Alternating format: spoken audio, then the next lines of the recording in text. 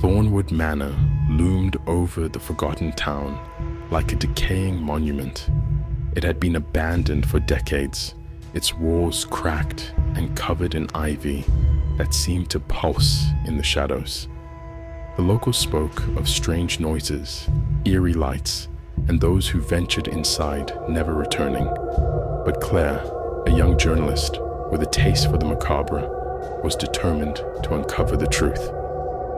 On a cold, moonless night, she set out for the manor, armed with nothing but a flashlight and her recorder. The front door creaked open with an ominous groan, as if the house itself was reluctant to let her in. Inside, the air was thick with dust, and the stench of mold clung to her senses. The silence was oppressive, broken only by the creak of the old floorboards beneath her feet. Claire moved cautiously through the manor, her flashlight beam cutting through the darkness. The grand foyer, once majestic, was now a hollow shell of its former self, with peeling wallpaper and broken furniture scattered across the floor. She felt the weight of the house bearing down on her, as if it were watching her, waiting. As she ventured deeper into the manor, she noticed something unsettling. The ivy that covered the walls seemed to shift and writhe as she passed, almost as if it were alive. Dismissing it as a trick of the light, Claire pressed on, determined to find the source of the rumors that had plagued the town for years. She reached the grand staircase that led to the upper floors, each step groaning under her weight. At the top, she found a long, narrow hallway lined with closed doors. Most were locked or jammed shut. The one at the far end was slightly ajar, a dim light flickering from within. Claire approached the door with trepidation, her heart pounding in her chest. Pushing it open, she found herself in a small, dimly lit room. The walls were covered in old newspaper clippings, each one detailing strange disappearances and unexplained deaths. In the center of the room stood a single chair, facing away from the door. On the chair sat a figure, motionless and hunched over. "Hello?" Claire called out softly, her voice barely more than a whisper. There was no response. She edged closer, her flashlight beam trembling as she aimed it at the figure. Its head was bowed, and its hair hung in matted clumps, obscuring its face. A chill ran down Claire's spine as she reached out to touch the figure's shoulder.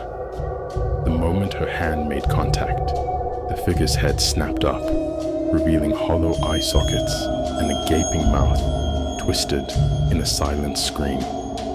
Claire stumbled back, her flashlight clattering to the floor and plunging the room into darkness.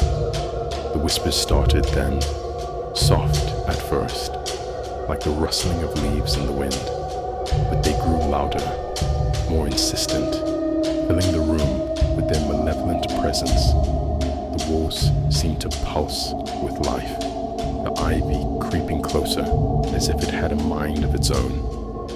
Panicked, Claire grabbed her recorder and began speaking into it, desperate to document what was happening, but the whispers grew louder, drowning out her voice. She could barely make out the words, but they seemed to be calling to her, beckoning her deeper into the darkness. The figure in the chair began to move, its limbs creaking like old wood as it rose to its feet. Claire backed away, her heart racing. She could feel the walls closing in, the room shrinking around her. The figure stepped toward her, its empty eyes fixed on her, its mouth still twisted in that terrible, silent scream. Claire lunged for the door, but it slammed shut before she could reach it. She pounded on the wood, screaming for help, but the only response was the relentless whispers, now deafening. The walls pulsed, in time with her racing heart, the ivy creeping ever closer, its tendrils reaching for her. The figure was upon her in an instant, its cold, bony hands wrapping around her throat. Claire gasped, struggling to breathe as the life was slowly choked out of her.